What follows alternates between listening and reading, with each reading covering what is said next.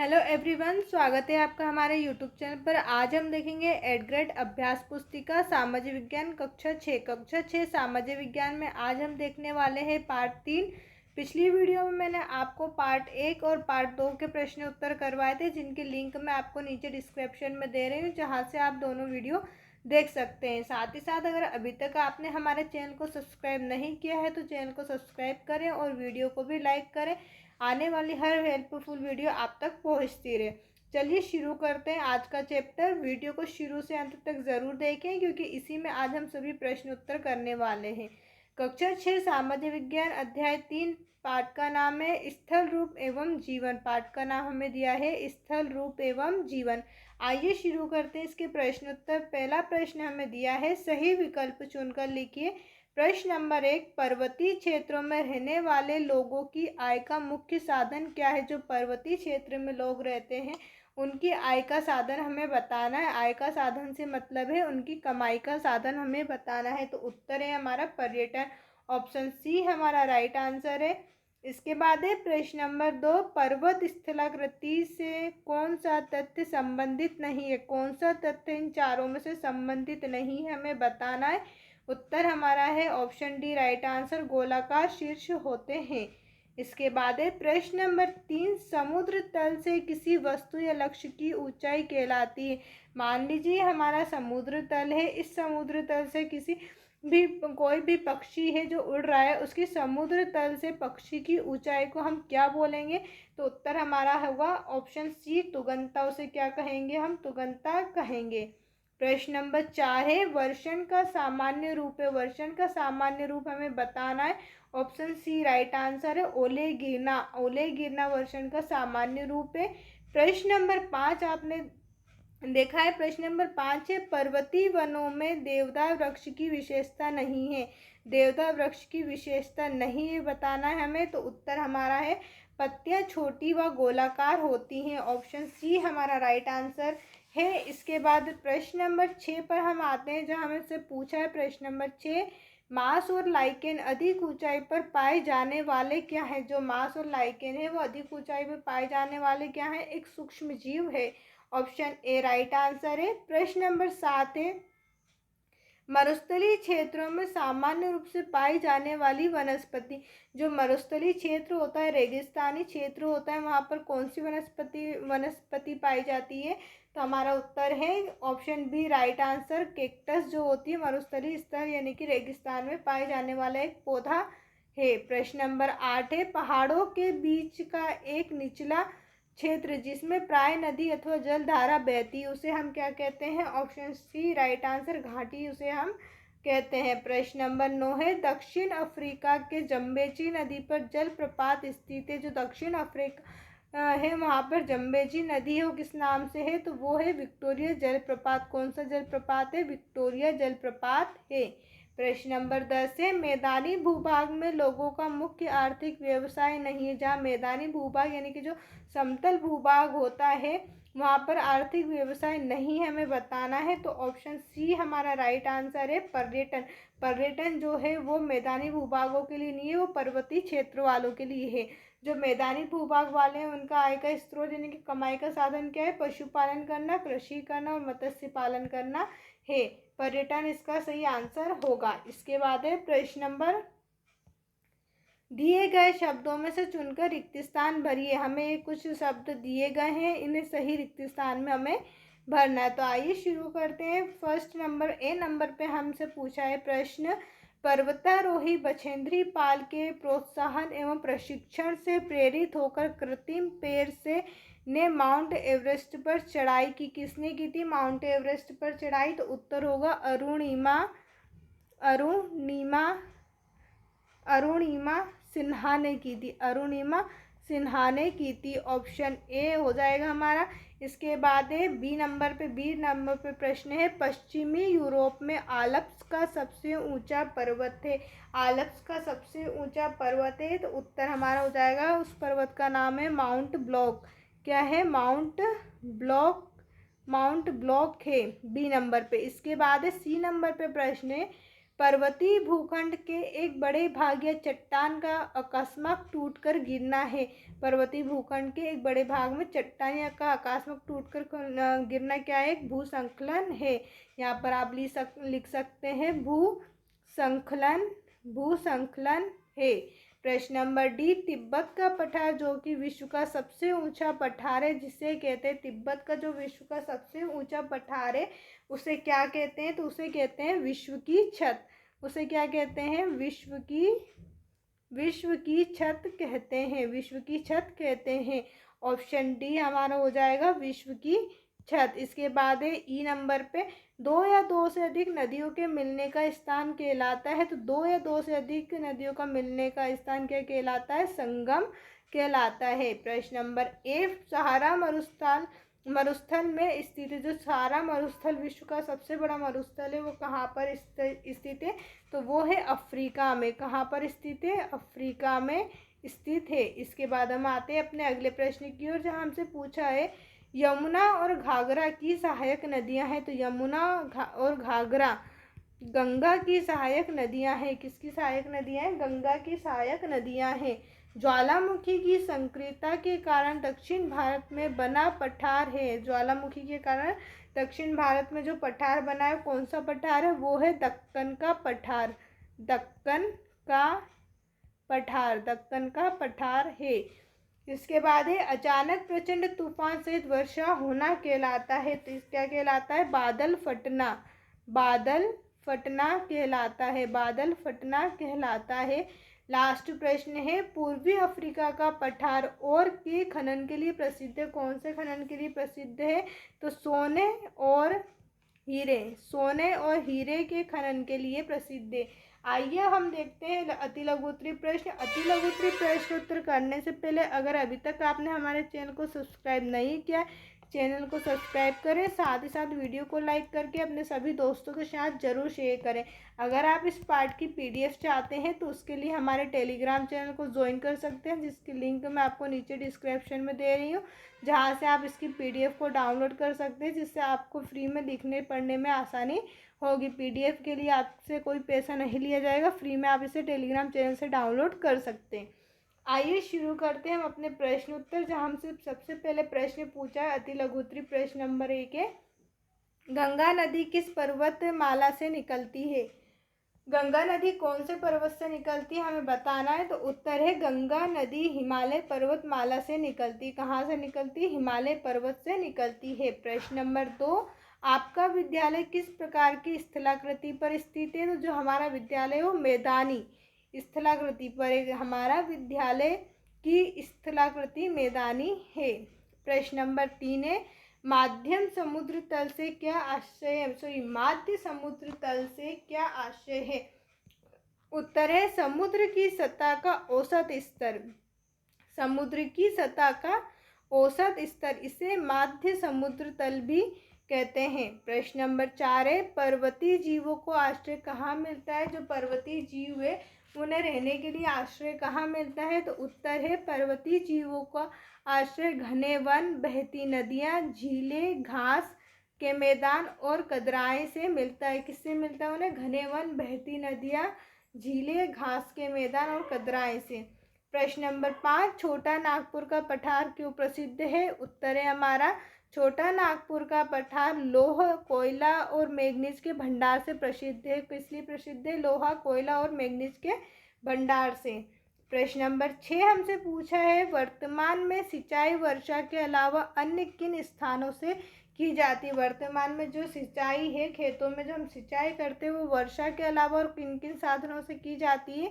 उत्तर है वर्तमान में नहरों के जाल, यहाँ पर जल होगा, नहरों के जल नेटवर्क द्वारा और भूमिगत जल को पंप से निकालकर खेतों की सिंचाई की जाती है। इसके बाद है प्रश्न नंबर 7, क्रिसमस ट्री किस प्रकार के वृक्ष का उदाहरण है? आप सभी ने देखा होगा जो क्रिसमस ट्री होता है वो कैसा होता है? एक शंकु आकार में होता है। किस प्रकार का होता है? कुछ इस प्रकार का होता है वो शंकु आकार में, जिसकी पत्तियां कैसी होती है? न्यूक्लियली सी होती हैं। तो उत्तर हमारा हो जाएगा क्रिसमस ट्री आमतौर पर सदाबहार शंकुधारी वृक्ष है। प्रश्न नंबर 8 है, क्रिकेट खेल खेलने के लिए कौन सी स्थलाकृति अधिक उपयुक्त है? स्थलाकृति का मतलब होता है कैसी जगह होनी चाहिए क्रिकेट खेलने के लिए? हमारे पास कैसी जगह होनी चाहिए? उत्तर है क्रिकेट खेलने के लिए एक सपाट अंडाकार या गोलाकार मैदान जिस पर घास हो सबसे उपयुक्त होता है। आप लोगों ने मैच देखा होगा तो उसमें देखा होगा जो वहाँ का मैदान बना होता है वो कैसा एकदम सपाट होता है और कैसा होता है, या तो वो अंडाकार में होता है या फिर वो एक गोलाकार में होता हैगा। और उसमें क्या बिछी होती है? घास बिछी होती है, जो क्रिकेट के लिए सबसे उपयुक्त जगह है। प्रश्न नंबर 9 है सीढ़ी नुमा कृषि किस प्रकार के क्षेत्रों में की जाती है? जो सीढ़ी नुमा खेती होती है वो किस प्रकार के क्षेत्र में की जाती है, हमें बताना है। तो उत्तर हमारा है सीढ़ी नुमा कृषि मुख्य रूप से पहाड़ी और ढलान वाले क्षेत्रों में की जाती है। कहाँ पर की जाती है? पहाड़ी और ढलान वाला क्षेत्र। आपने देखा होगा जो पहाड़ी होती है या फिर ऐसा ढलान वाला क्षेत्र होता है वहाँ पर जो कैसी खेती की जाती है? सीढ़ी नुमा खेती की जाती है। इसके बाद है प्रश्न नंबर 10 पर्वतीय परिवेश में पाए जाने वाले प्राणियों के नाम लिखिए। जो पर्वत पे पाए जाते हैं प्राणी उनके नाम हमें बताना है। उत्तर है पर्वतीय परिवेश में पाए जाने वाले प्राणियों के नाम तेंदुए, पहाड़ी बकरियां, लाल पांडा और कई प्रकार की भेड़ और खरगोश शामिल है। कौन कौन रहते हैं? तेंदुआ, पहाड़ी बकरियां, लाल पांडा, भेड़ और खरगोश। प्रश्न नंबर 11 है लघु उत्तरी प्रश्न हमें दिया है। लघु उत्तरी प्रश्न नंबर 1 हमसे पूछा है अधिकांश तीर्थ स्थल नदियों के किनारे क्यों स्थित है? जो अधिकांश तीर्थ स्थल आपने देखे जैसे मंदिर वगैरह जो बने हैं वो नदी के पास क्यों बने, हमें बताना है। उत्तर है अधिकांश तीर्थ स्थल नदियों के किनारे स्थित है क्योंकि नदियों के किनारे धार्मिक स्थल बनाने से लोगों की जल की उपलब्धता, यात्रा में सुविधा और आध्यात्मिक अनुभव में आसानी होती है। प्रश्न नंबर 2 है पर्वतीय क्षेत्रों में कृषि की जगह पशुपालन को अधिक महत्व क्यों दिया जाता है? जो पर्वत वाला क्षेत्र होता है वहाँ पर कृषि नहीं की जाती, वहाँ पर क्या किया जाता है? पशुपालन। तो पशुपालन को क्यों महत्व देते हैं, हमें बताना है। उत्तर है पर्वतीय क्षेत्र में कृषि की तुलना में पशुपालन को अधिक महत्व दिया जाता है क्योंकि पर्वतीय ढलानों पर खेती करना मुश्किल होता है। आपने देखा होगा पर्वत कैसा होता है, ऊपर नीचे होता है, तो वहाँ पर खेती करना कैसा होगा? मुश्किल होता है। और चराई के लिए जमीन का उपयोग करना अधिक लाभदायक होगा। इसके बाद है प्रश्न नंबर 3 पर्वतीय तथा मैदानी क्षेत्रों के प्रमुख खेलों के नाम लिखिए। जो पर्वत में और मैदानी क्षेत्र में खेले जाते हैं उनके हमें नाम बताने। तो उत्तर है पर्वतीय क्षेत्र में पर्वतारोहण, स्नोबोर्डिंग और ट्रेकिंग जैसे खेल लोकप्रिय हैं, जबकि मैदानी क्षेत्र में क्रिकेट, फुटबॉल, हॉकी, कबड्डी और खो खो जैसे खेल अधिक प्रचलित हैं। प्रश्न नंबर 4 गंगा नदी का मैदानी भाग आर्थिक दृष्टि से क्यों महत्वपूर्ण है? गंगा नदी का जो भाग है वो क्यों महत्वपूर्ण है? उत्तर है गंगा नदी का मैदानी भाग भारत की आर्थिक व्यवस्था के लिए बहुत महत्वपूर्ण है। यहाँ क्षेत्र उपजाऊ मिट्टी, सिंचाई के लिए पानी और परिवहन के साधनों के कारण कृषि, उद्योग और व्यापार के लिए एक महत्वपूर्ण केंद्र है। प्रश्न नंबर 5 है विश्व भर के पारंपरिक समुदाय पर्वतों को पवित्र स्थल मानते हैं, एक उदाहरण देकर समझाइए। विश्व भर में जो लोग हैं वो पर्वत को क्या मानते हैं? एक पर्वतीय स्थल मानते, एक पवित्र स्थल मानते हैं। उसका हमें एक उदाहरण बताना है। तो उत्तर है विश्व भर के पारंपरिक समुदाय पर्वतों को पवित्र स्थल मानते हैं। इसका एक सर्वोत्तम उदाहरण है तिब्बती लोग जो माउंट एवरेस्ट को चोमोलुंगमा क्या कहते हैं? चोमोलुंगमा कहते हैं, जिसका अर्थ है जगत जननी। जिसका अर्थ क्या होता है? जगत जननी। और पर्वत की इसी रूप में पूजा करते हैं। प्रश्न नंबर 6 हमसे पूछा है अपने आसपास की नदी पर जाकर पता लगाइए कि वहाँ कौन कौन सी सांस्कृतिक गतिविधियाँ की जाती है। आप जहाँ भी अपने शहर गांव में रहते हैं वहाँ आपने देखा होगा कि नदी पे कौन कौन सी पूजन पाठ होती है, वो हमें बताना है कौन कौन सी चीज़ें होती हैं। उत्तर है हमारे आसपास की नदी पर मुख्य रूप से नदी किनारे लोग धार्मिक अनुष्ठान करते हैं जैसे कि पूजा, स्नान और अस्थि विसर्जन। प्रश्न नंबर 7 है पठारों को खनिजों का भंडारगृह क्यों कहा जाता है? पठारों को खनिजों का भंडारगृह क्यों कहा जाता है? उत्तर है पर्वतों की तरह पठारों में खनिजों का प्रचुर मात्रा में जमाव देखने को मिलता है। पठारों में किसका जमाव देखने को मिलता है? खनिजों का प्रचुर मात्रा में जो खनिज होता है वहाँ बहुत ज़्यादा अधिक मात्रा में होता है, इस कारण इन्हें खनिजों का भंडारगृह भी कहा जाता है। प्रश्न नंबर 8 है यदि सभी घरों व खेतों में पंप बोरिंग द्वारा सिंचाई की जाए तो भूमिगत जल स्तर पर क्या प्रभाव पड़ेगा। आप अगर अपने दिमाग से सोचिए, अगर सभी घरों में बोरिंग ट्यूबवेल अगर लगा दी जाए तो जो जल स्तर है उस पर क्या प्रभाव पड़ेगा। उत्तर है सभी घरों और खेतों में पंप बोरिंग द्वारा सिंचाई की जाए तो भूमि का जल स्तर पर नकारात्मक प्रभाव पड़ेगा। इससे जल स्तर में गिरावट आएगी, कुएं सूख सकते और पानी की उपलब्धता कम हो जाएगी, यानी कि पानी की कमी हो जाएगी। प्रश्न नंबर 9 है, हिमालय पर्वत की 2 सबसे ऊंची चोटियां कौन सी हैं, भारत के कौन से पड़ोसी देश में स्थित है। हिमालय पर्वत की हमें चोटियों के नाम बताना है और वो कौन से देश में, हमें ये भी बताना है। उत्तर है हिमालय पर्वत की 2 सबसे ऊंची चोटियों माउंट एवरेस्ट और केटू है। क्या है, माउंट एवरेस्ट और केटू है। माउंट एवरेस्ट नेपाल और चीन की सीमा पर स्थित है, जबकि केटू पाकिस्तान और चीन की सीमा पर स्थित है। 2 चोटी हमारी कौन सी है, माउंट एवरेस्ट और केटू, और कहाँ पर है वो, नेपाल और चीन और पाकिस्तान और चीन की सीमा पर। प्रश्न नंबर 10 है, ज्वालामुखी से निर्मित लावा पठार की विशेषता है। जो ज्वालामुखी से लावा निकलता है, लावा का पठार है, उसकी क्या विशेषता है। उत्तर है ज्वालामुखी क्रियाओं से निर्मित लावा पठार उपजाऊ होते हैं क्योंकि उनमें समृद्ध काली मिट्टी पाई जाती है। जो काली मिट्टी उसमें निकलती है, यही उनकी क्या है, विशेषता है। प्रश्न नंबर अगला है दीर्घोत्तरी प्रश्न। प्रश्न नंबर 1 है, बढ़ती हुई जनसंख्या और प्रदूषण नदियों पर क्या प्रभाव डालते हैं। जो बढ़ती हुई जनसंख्या है वो नदियों पर कैसा प्रभाव डालते हैं। उत्तर है बढ़ती हुई जनसंख्या और प्रदूषण नदियों पर विनाशकारी प्रभाव डालते हैं। जनसंख्या वृद्धि से पानी की मांग बढ़ती है, जिससे नदियां सूखने लगती है और प्रदूषण का स्तर बढ़ जाता है। प्रश्न नंबर 2 है, जीवन की कठिन परिस्थितियों के उपरांत लोगों ने मरुस्थलीय पर्यावरण के अनुसार अपने को किस प्रकार ढाल लिया है। उत्तर हमारा है मरुस्थलीय पर्यावरण में लोगों ने पानी की कमी, अत्यधिक तापमान और रेतीली मिट्टी जैसी चुनौतियों का सामना करने के लिए कई अनुकूलन किए हैं। उन्होंने पानी बचाने के तरीके सीखे, जैसे कि वर्षा जल का संचय और कम पानी की खपत वाली फसलों की खेती। प्रश्न नंबर 3 है, पर्वतीय जीवन के कई सकारात्मक पक्ष के बावजूद भी हमें कठिन चुनौतियों का सामना करना पड़ता है, क्यों। उत्तर लिखिए। तो मैंने इसके उत्तर जो है पॉइंट में आपको बना दिए, जिससे आपको पढ़ने में आसानी हो। फर्स्ट पॉइंट है, पहाड़ों पर चढ़ाई उतराई करना, सकरे रास्ते और खड़ी ढलानें परिवहन और आवागमन को मुश्किल बनाती हैं। पर्वतीय क्षेत्र में पानी, बिजली और भोजन जैसे संसाधनों की कमी हो सकती है। किस किस की कमी होती है, पर्वत वाले क्षेत्र में पानी, बिजली और भोजन की समस्या होती है।